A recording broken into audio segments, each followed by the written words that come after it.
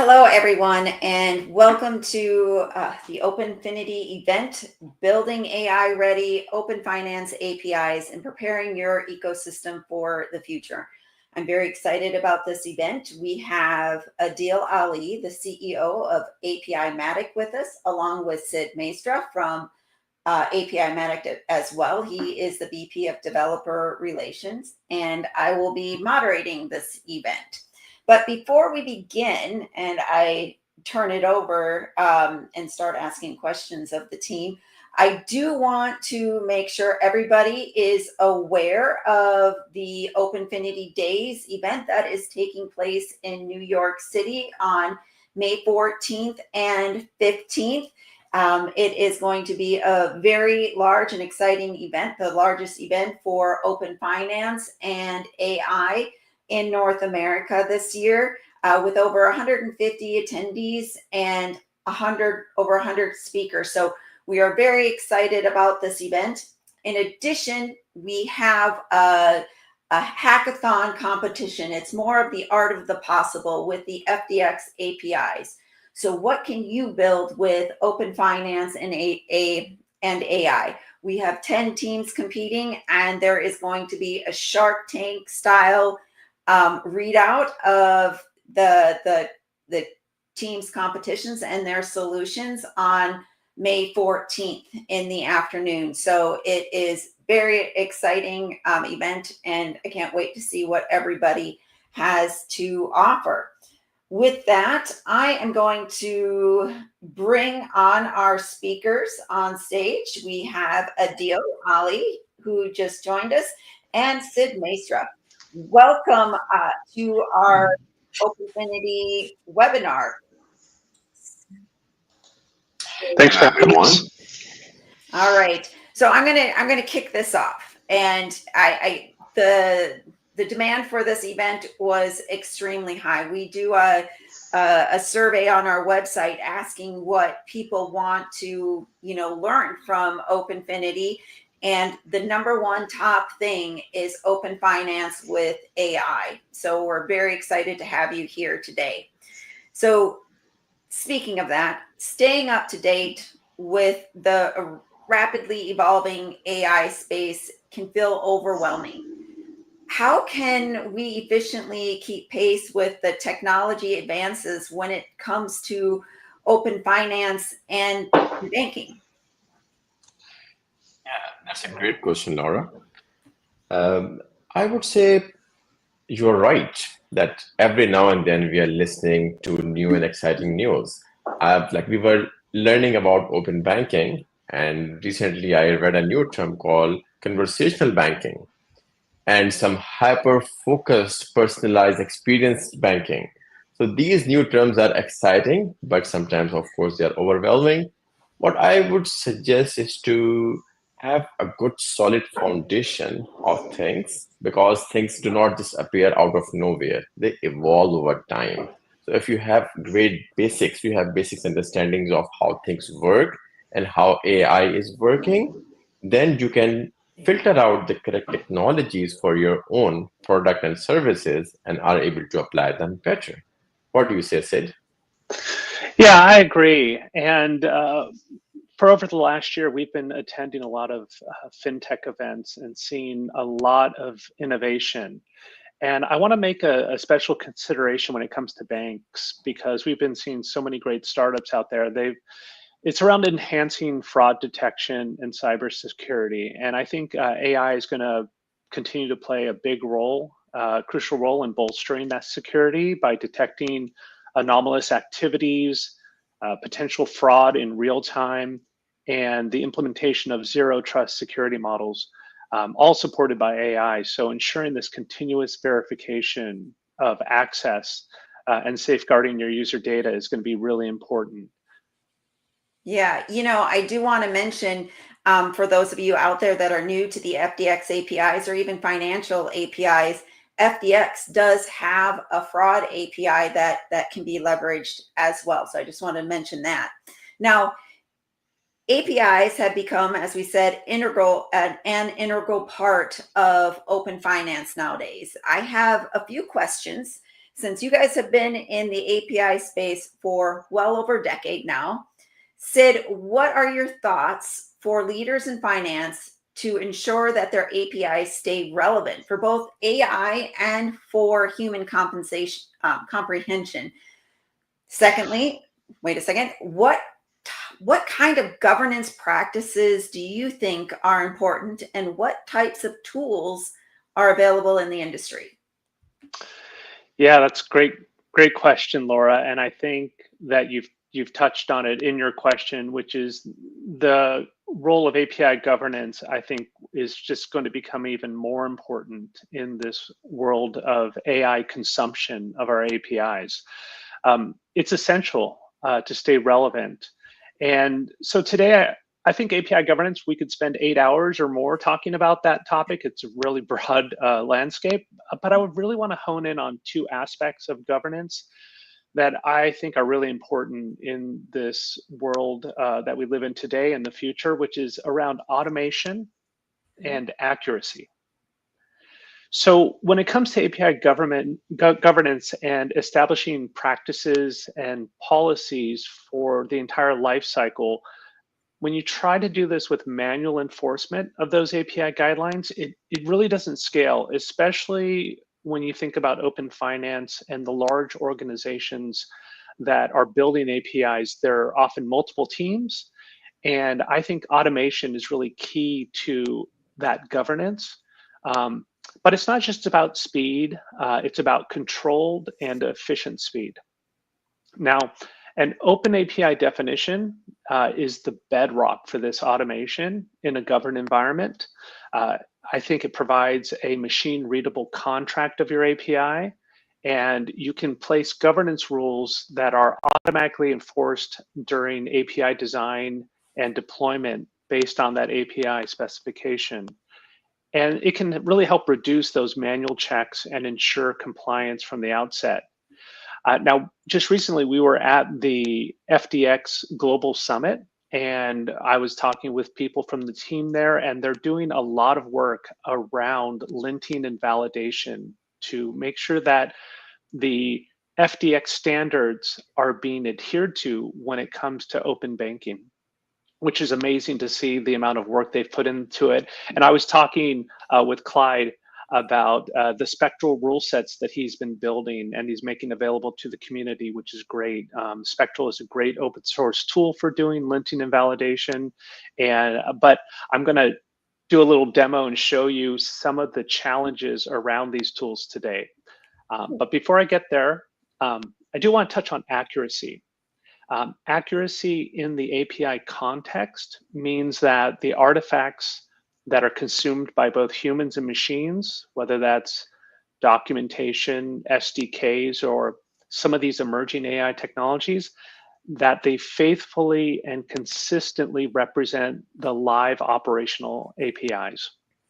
This is really crucial for building trust and ensuring that reliable integration. These AI agents that are emerging, we want to make sure that when they're connecting and integrating and talking to your APIs, it's doing it in a reliable way. Now, I want to talk about why all of this accuracy might matter for human developers. Let's start there, because that's the world we've been living in forever. When documentation accurately mirrors the live API, developers can trust the provided information. And this reduces confusion, speeds up that integration, and minimizes those errors. But why does it matter for AI agents? Well, those AI agents need context, and they need a well-described OpenAPI definition. It needs to be enriched, potentially with semantic annotations that enable those AI agents to discover relevant APIs and more efficiently use them based on their needs. I still think we're in early days, and we're seeing OpenAPI definitions used to automatically generate components. And MCP servers are really a hot topic, Laura. I'm sure you've been hearing this as well. And these servers can act as that intermediary, translating your APIs into communication protocols and formats that various AI agents can easily utilize. But I think we're still in early days here. MCP seems to have come out of nowhere, and we're all excited. It's really hot right now, but I think we're going to keep seeing more innovation. It's not going to stop here. And so starting with first principles, that foundation of a really well-defined open API definition is going to keep playing an important role to help with AIs consuming APIs, because we're going to see probably new technologies or protocols in the next 6 or 12 months and beyond. We're just going to keep evolving in this space. Can you do a double click for our audience? Because some people, MCP is relatively new. Everybody's heard the word MCP, but can you give me a quick definition of what an MCP server is and does, and how, just briefly, how does it do it, right? Yeah. I think, well, I'll just explain. MCP stands for Model Context Protocol.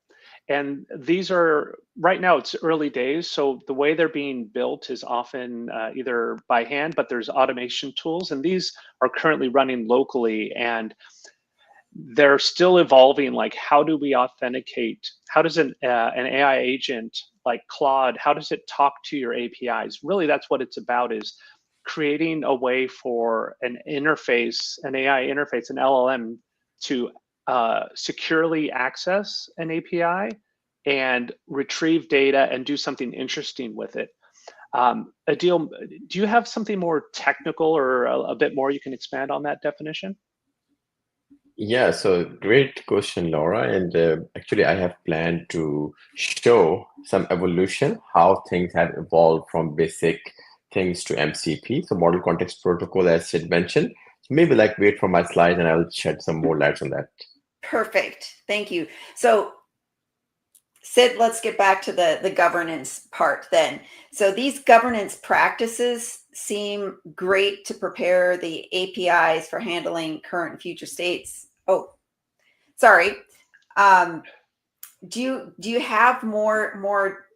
Were you going to show some slides on this now, Sid? Yeah, actually, I was going to show some of the tools and kind of show like real life examples of where this is going. It's really interesting because API-Matic's been around for almost a decade now. We've seen a lot of open API definitions, and it's an industry standard for documenting REST APIs. But we've seen quite a few troubled API definitions come across our plates here in these years. And it's interesting because the issues can range from not following the open API definitions. We call those standard violations. And it's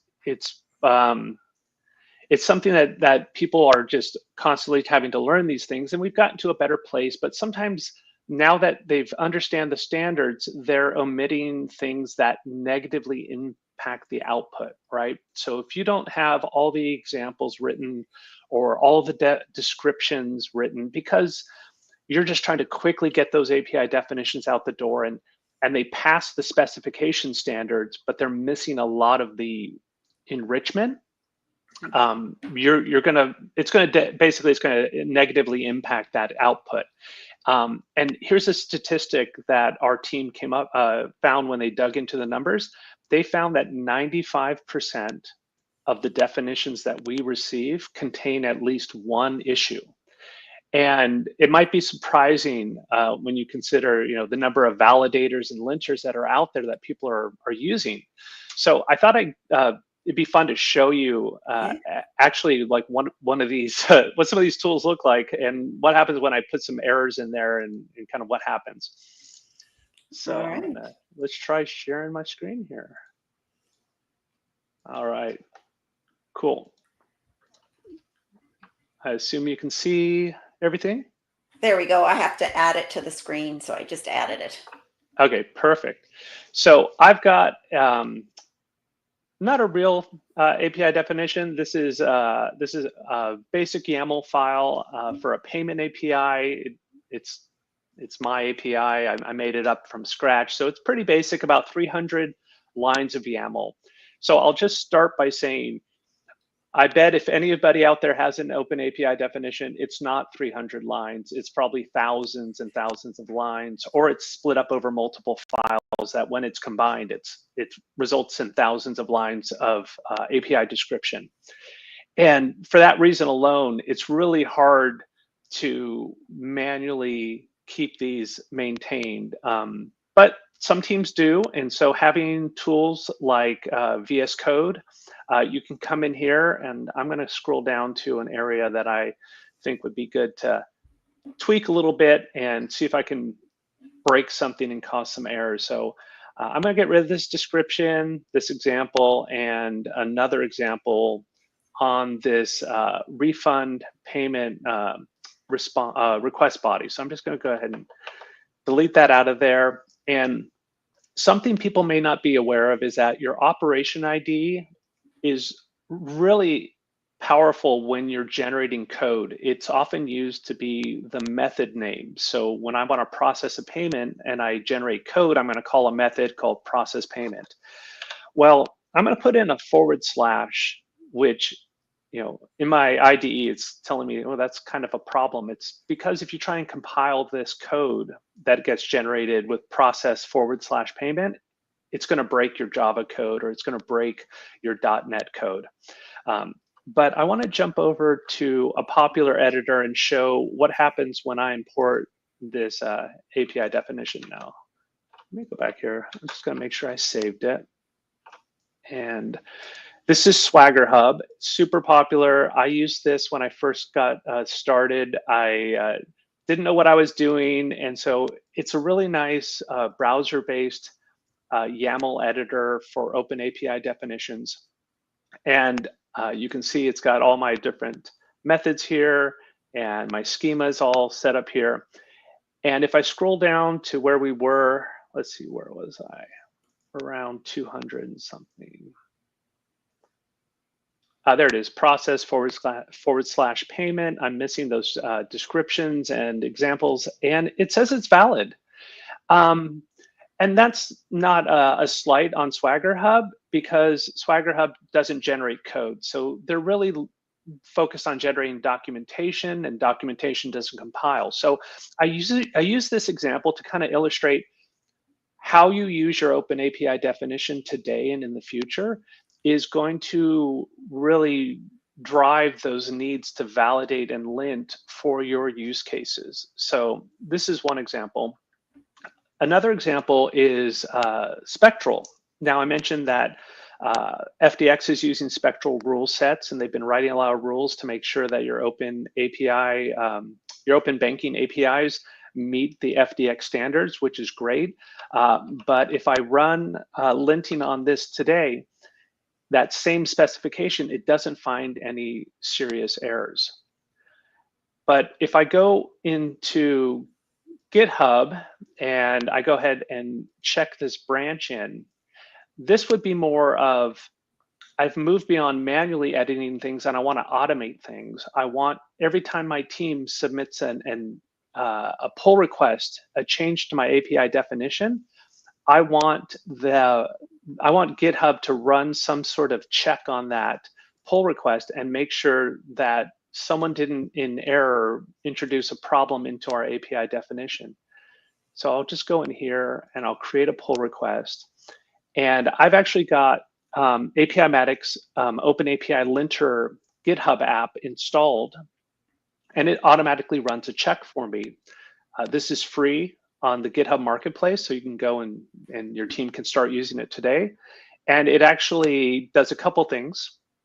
It validates and it highlights that I've got a serious error and 4 other issues I should probably look at. I have branch protection turned on, so it actually blocks me from merging, which is a great way to keep teams aligned and enforce that API governance, bringing it back to the topic of governance. And then it actually has a link here that generates a full report that tells you if you have any issues, if you've passed, if you've got linting errors, and you can scroll down and see color-coded what kind of issues you have. But the best part is that if you go all the way down a little bit, you get this table of contents where it gives you a detailed breakdown of what the issue is, why it's important, and how you can go about fixing it. So in this description about that operation ID being a problem, it actually calls out that I need to fix that on line 213. So I'm going to jump back into VS Code, and I could manually fix this myself, but APImatic actually has another free linting tool, which is a VS Code extension. So you can find this on the Microsoft Marketplace if you want. And it has an auto fix feature that fixes some of those common errors that we see, like that process payment having an illegal character. And if I hit save, it fixes that for me automatically. Now, it won't write new descriptions or examples for me today. That's probably something we could look at AI to help us with in the future. But having a human AI combination to make sure your governance is working well, I think is a good strategy today. And if I back out of these issues and I go back to my original state, and I go ahead and check this back into GitHub, and then go and check out my pull request, it automatically runs again and tells me that it's past my linting, there's no conflicts, and I can merge my pull request. Now, I know there are some people on the call who may not be working in GitHub, and the idea of running, making pull requests just to get this report might seem like a lot. And so using the same API, the same backend machinery that APImatic's built, we actually have a web page here called Score My OpenAPI. And you can come in here and you can actually upload your OpenAPI spec, and we will generate that same audit report and email it to you. So there's lots of tools out there, and it's not about picking one tool. I think it's about finding the right combination of tools. I think Spectral combined with some of the tools that APImatic's building or some of the editors, I think will help your team keep that API governance and keep that really high quality API definition. That's going to be the foundation for your developer experience for humans, but also prepare you for that future that keeps coming with AI and how we're going to generate those interfaces for AI agents, which I think Adil is going to dive more into that in the next section. But that I just wanted to end on that note. Oh, this is really cool. And thanks for showing the tools and how that would bring the governance to life here and help us. I'm going to go try that website out afterwards on a couple of my specifications. So I'm curious, Adil, what are issues that consumers might face when the API goes into production, especially with AI agents likely becoming the major users of these APIs later on? How can the open finance and banking world work on a strategy to stay relevant with the needs of agent APIs and MCP servers? So I jumped the gun earlier with my questions. I was super curious. Yeah, I would say great questions, and yeah, the thing which Sid covered basically, helps you prepare the APIs when they are still within the walls of your enterprise, but now they are ready to go out in production, and so many users, both human and AI, will be consuming it. So how can we help people to just with the resources so that those consumers can efficiently and effectively use those APIs? So I'm going to share my screen.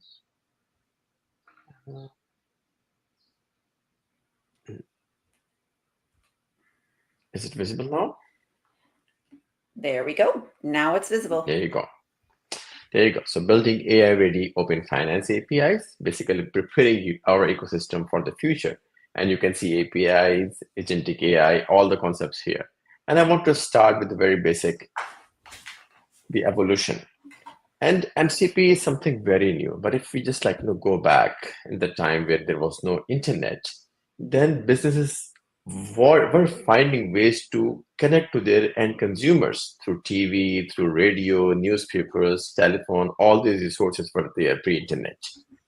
Then, with the arrival of internet, websites became the main source of that information, and people like businesses were getting connected to their consumers via website, giving them all the information, and every business wanted to have a website in early 2000s. In 2010s, with the advent of mobile apps, what happened then, it became a more interactive medium of connecting with the businesses. But the problem, there were so many platforms with ever different kind of styles, languages, and businesses find it difficult to provide information or keep pace up with all those platforms. So 15 years ago, this was a big problem, and APIs solve that problem by providing a single source of truth to all those applications and platforms. Now, fast forward to 2020s, we are seeing a boom of AI, especially agentic AI, who are directly connecting to the end consumers. So businesses now have one more channel to support and connect to their consumers from. So a very promising thing, which we call Model Context Protocol servers. What are those? They are basically providing structured information to AI. Very easily put.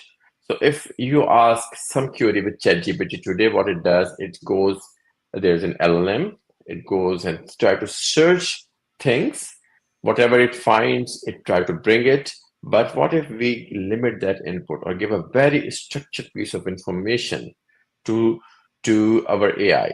Then the answer will be much more accurate, and the source of information will be in the style which AI understands. So MCP, it's all about that.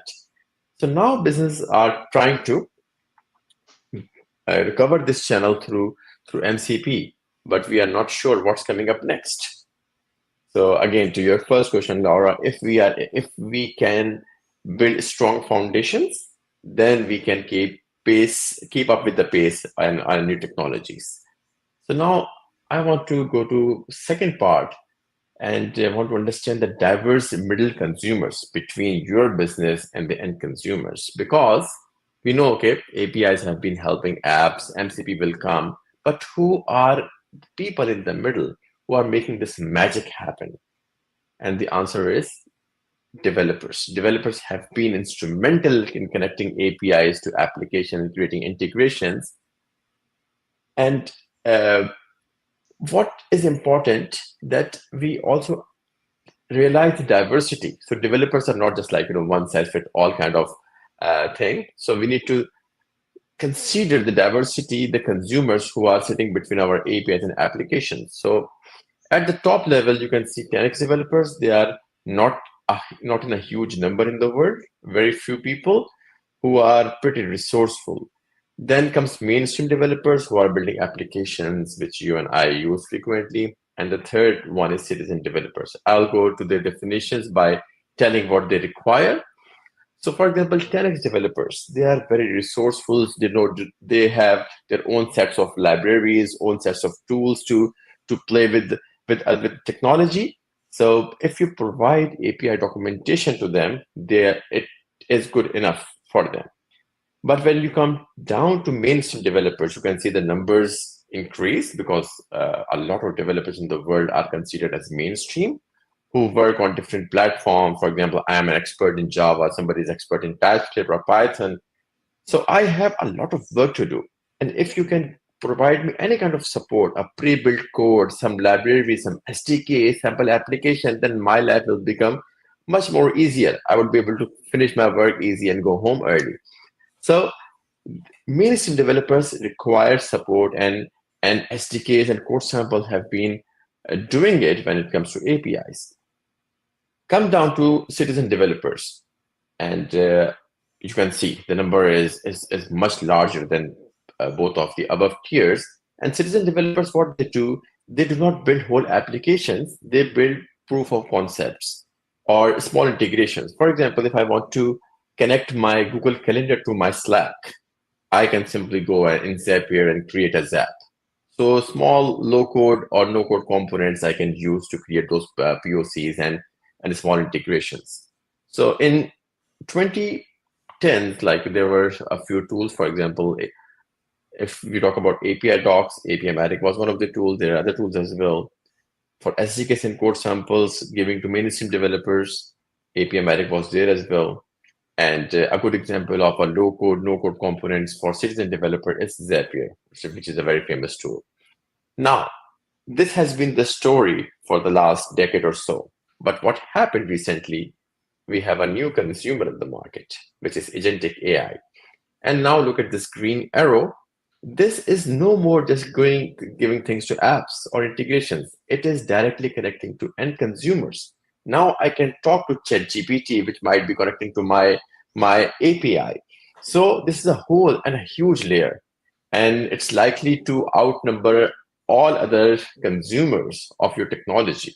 So how businesses can prepare for this kind of consumer?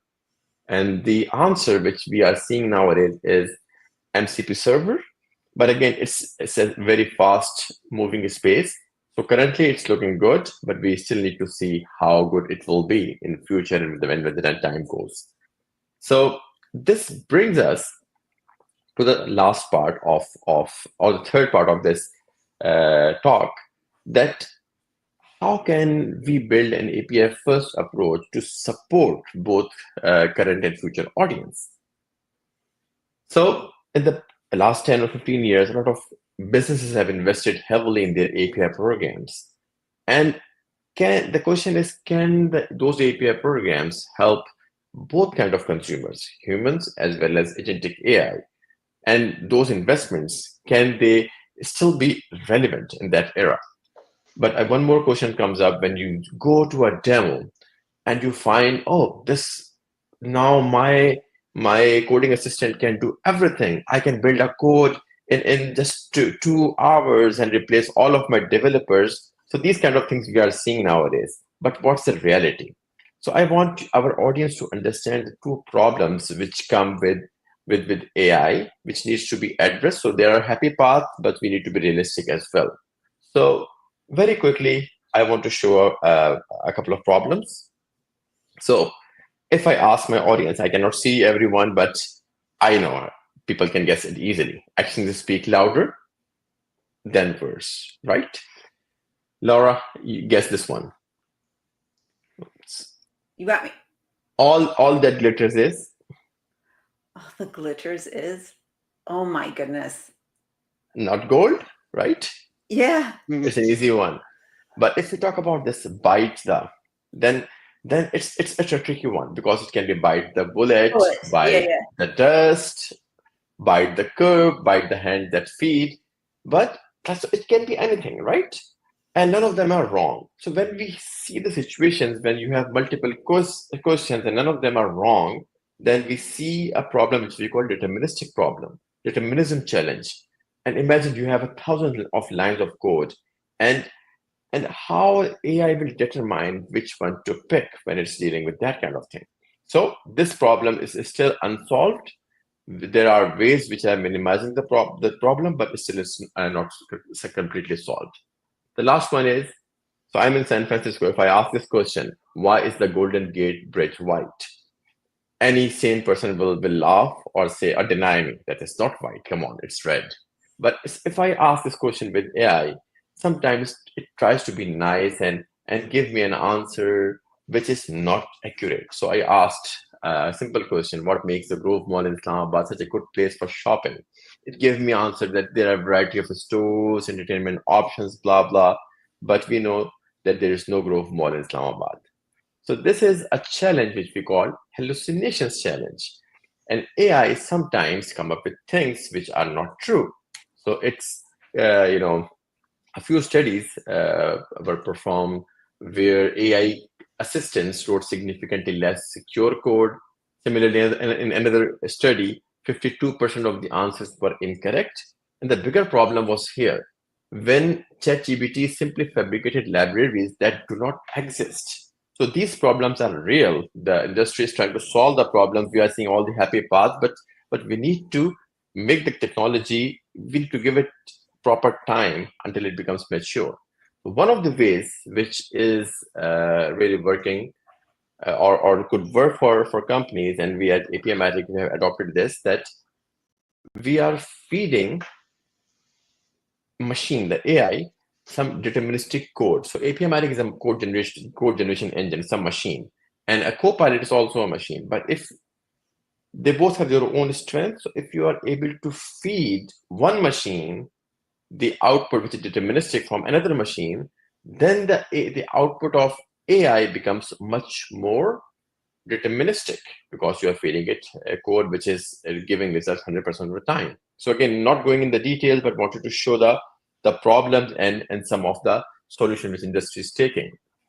And now coming back, so how API can address all these kind of different developers. So before that, the first step, which Sid covered very nicely, is the API design and governance. So if you want to stay relevant, you must invest in the design and governance of your APIs, period. If you don't do it, then it will not be used to address all the needs which your consumers might have. Second thing, support for human consumers. They are not going anywhere. So if your consumers are 10x and mainstream developers, so existing API consumption resources will stay there. What you need to do just to ensure that they are there, properly generated, but have plugins or support available for the new AI tools. For citizen developers, my prediction, or I think that the current manual low-code, no-code components, they might not be there. So because you have vibe coding, which is replacing a lot of low code and no code things. So if businesses are able to create MCP clients for their consumers, then they can easily help with the citizen developer consumption. Lastly, MCP servers, they have shown great promise, but this space is rapidly evolving. So now I'm going to very quickly show in the last a demo. I don't know how much time we have, but okay, sure. So to summarize, there are 4 consumers, and here is everyone which who needs from like there's an API strategy for every kind of consumer. For example, 10x developers and mainstream developers, they need API docs and SDKs which can be automatically generated. What you need to do with the additional AI help, create API copilots or plugins for AI coding assistants. For citizen developers, no more manual components be required, so you can provide MCP clients and some plugins for LLMs. And for the agentic AI, if you are able to provide MCP server, then yes, I think you are good. So coming to the demo, I want to quickly show 5 elements for current and future consumers of APIs. So if you want to stay relevant and keep the pace up with the new trends, and you already have a good API, so these are the 5 elements for you. So I have recorded this video because it's just like I will be making live API calls. Okay. So the first thing is having an API portal with SDKs, code samples, interactive documentation in multiple languages. So we have seen so many of API portals for over time. So if you are able to generate it using OpenAPI specification, then I think you are good. So classic API console, you can see authorization, you can see on top multiple languages. If I click on any endpoint, try to get a customer info, I have already added an authentication information. And now if I hit try it out, I can see the name, I can see the address and everything for that. Similarly, if I go down, I want to see the models. So I can see account holder entity and all the, the JSON schema associated with it. And so all classic API stuff, which is there for last 10 years or so. This is new API recipes, which is basically chaining API requests for common use cases. That is, I would say, a fastest way to onboard developers. So here you can see a recipe which helps with retrieving investment account details. You can see different request chains. I want to quickly show here one which can verify account information. For example, I am in financial institute. Somebody brings an ID to me, and I want to verify that account number. So I have to call multiple APIs. So step number one is to retrieve account information. So if I click try it out, it is giving me all the accounts I have. I can find one account with this ID. In the next step, what I can do, just take this account ID and try to get the routing numbers so that I can verify if those are the ones which are correctly provided to me. So bank ID and type and everything is here. So the main purpose of this recipe is to chain in the right sequence those endpoints which can help you verify an account, and developer can quickly see it. Now, API Copilot, which I mentioned. So with that, you can have unlimited API recipes and support. So if I am a new developer, if I want to learn about something, so I can simply click over here and I ask questions. For example, if I want to know how can I get the transactions for an account, and I'm writing code in C#, I can simply ask this API Copilot. And now what it's doing, it's going through a deterministic code generated by API-matic, and now bringing it, stitching it together. So you can see, if I go on top, I can see all the steps of doing it, the code itself, which is a sample application, the complete sample executable application, come down to explanation how it's doing, and most importantly, the reference. So it's not hallucinated. It's basically bringing it from source. For example, if I click on it, so this is the any of case, and if I click on this list, I can go further down and find what's the source of this whole code which is generated by AI. So if I ask one more question, for example, which do not require code, I just want to know what authentication type it's using. So instead of asking a support person or writing an email, I can simply ask this chatbot, and it will tell me this API is using two kinds of authentication, right? So this is an API Copilot, and again, you can see the source. Number 4 is MCP client, which is agentic AI access to the API. Now, the similar chatbot which I showed you, it is giving me the code. What if I don't want the code and I want to use this place as an AI agent to talk to my API? And if I ask a question, for example, what is the total amount owed to the bank? Look at all of my accounts. So I'm not asking for code. I am actually looking at talking to my API. And yeah, so if I can give it a pause here. Yeah. So this is, yeah. So you can see in my accounts, I have 2 accounts showing liability balance, my mortgage and credit card. So imagine if this is not me, it's my mother who wants to know about this thing, like how much amount I owe to the bank. So instead of calling a bank or looking at the applications and don't finding the relevant information, I can simply do conversation. So we heard about conversational banking. So now an API portal is making it happen. So an AI agent sitting right on your API portal, you can talk to the bank and ask anything you want. And sometimes what happens, like you want to take this conversation to the tools you are already familiar with, for example, Cursor, GitHub Copilot, or any other tool. So what you can do, you can take this, create an MCP client plugin, and take the conversations where your users communicate typically. For example, Claude is a very famous one. And I am going to show you a very complex example. So I want to fetch all accounts and its transactions and create a visual dashboard with graphs and transactions of each account.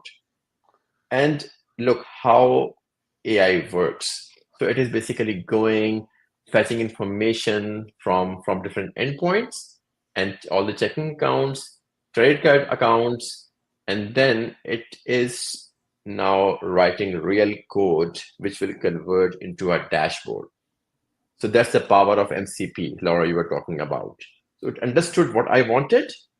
It fetched my information from the API, and now everything is being generated. It will take time.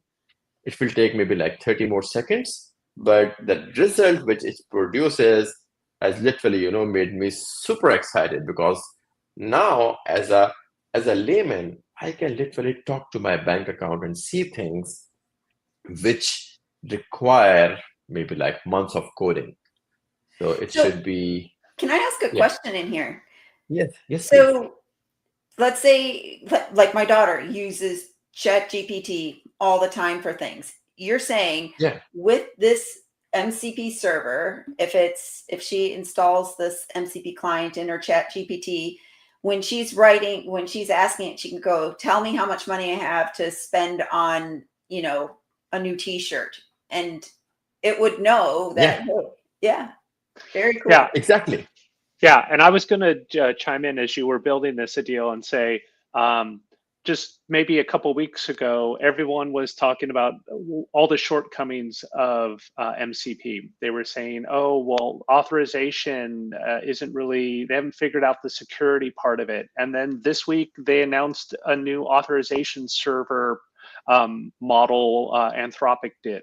So it's a really fast moving space. And I think it's really important to keep our eyes on it, but we shouldn't be rushing into it because like I said, it's sensitive financial user data. We want to make sure it's being done in a secure way. And I imagine if we can get this right, for your example, Laura, your daughter could have it hooked up to her Google Calendar, and it would know she's got a trip or a wedding coming up in 6 months, and that she needs to start putting money into her savings account.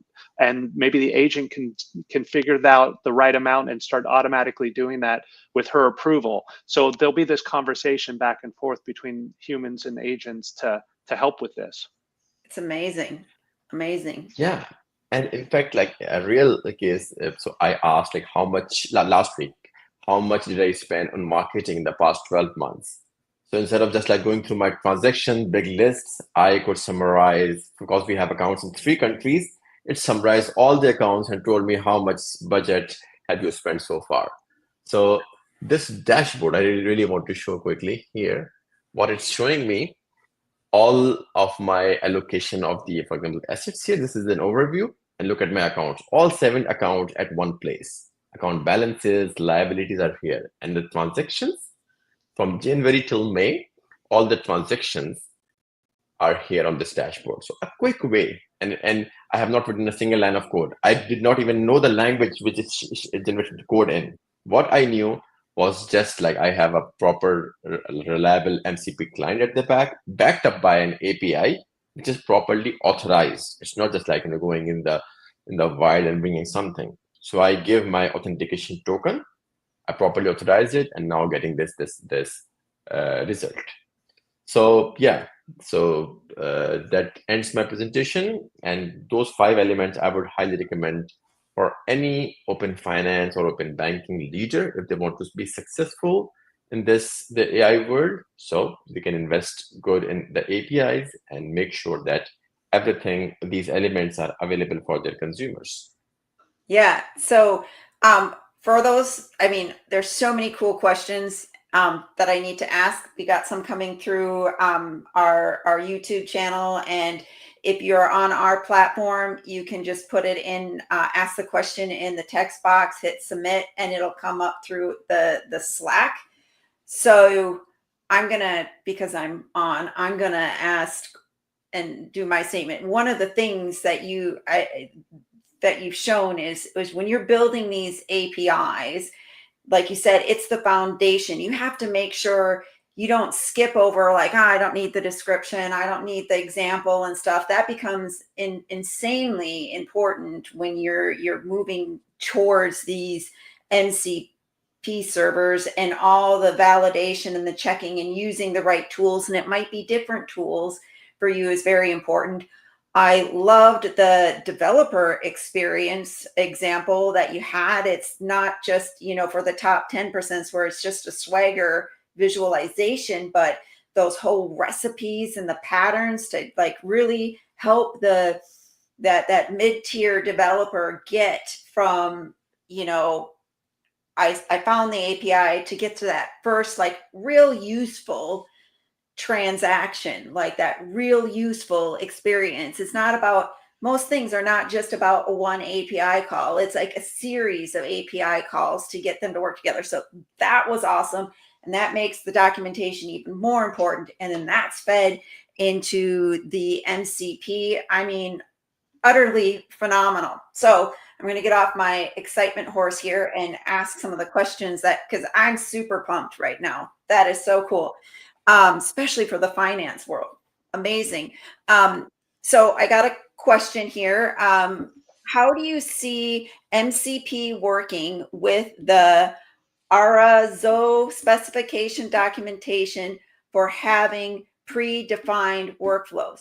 That's a new one for me. So if you could define what ARAZO specification is. Yeah, Too.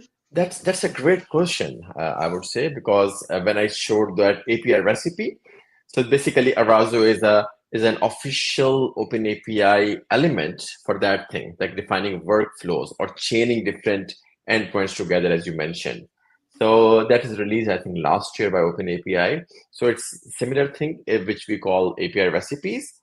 So I would want to answer it like that if you are defining your OpenAPI properly and have Arazo specifications defined right there, so your OpenAPI document should be good enough to generate MCP clients.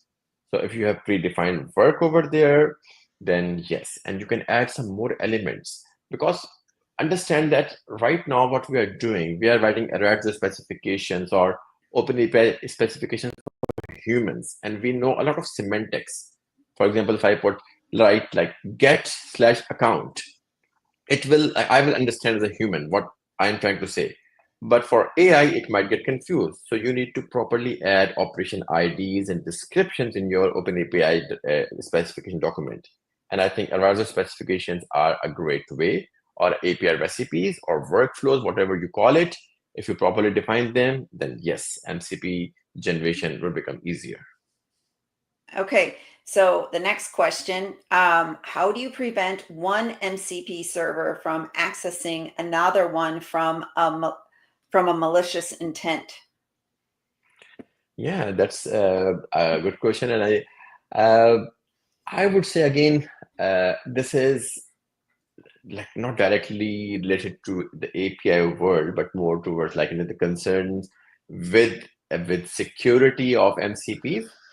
So I am not an expert in security, but I think from the API perspective, right now, let's first figure out how we can deal with one MCP at a time. I have experimented with multiple API servers, and I found them working pretty well together. But honestly, malicious intent, I haven't thought much about that. And maybe some hacker with the bad intent can do something, but I will let security people handle it. So I don't have an answer for it. I would just jump in and say Sure. this space is so new, but I'm going to be doing I'm going to be part of an event in about 2 weeks. The Postman team are hosting it, and a company called Acorn is going to be there, and they are focused on MCP, multiple MCPs communicating, and I would call it like orchestration. So we're already moving to workflows and orchestration between MCPs, and the protocol's only been around for maybe 6 months. So I think it's a fast moving space, and we just thinking about that question is a great question, because it's thinking about security, about malicious actors, and making sure that the solutions that we're looking at, we're asking those questions and seeing like what's available today and what needs to be built in the future. Okay, thanks, Sid. All right, so we are short on time here. I want to thank Adil and Sid. This was amazing. I'm like super pumped, and I'm super excited because API Matic is going to be Sid is going to be at OpenFinity Days, and so if you've got more questions, I suggest to come to OpenFinity Days in May 14th, 15th, so in about a week and a half in New York City. I will be sending you all that attended a ticket to OpenFinity Days, so you are welcome to come and ask them more questions. There is going to be tons of talking about this there. Thanks again, Sid and Adil, and I really appreciate this, and our community really appreciates the education. Thanks, Laura. Thanks for having us, Laura. Thanks. Bye-bye. Bye.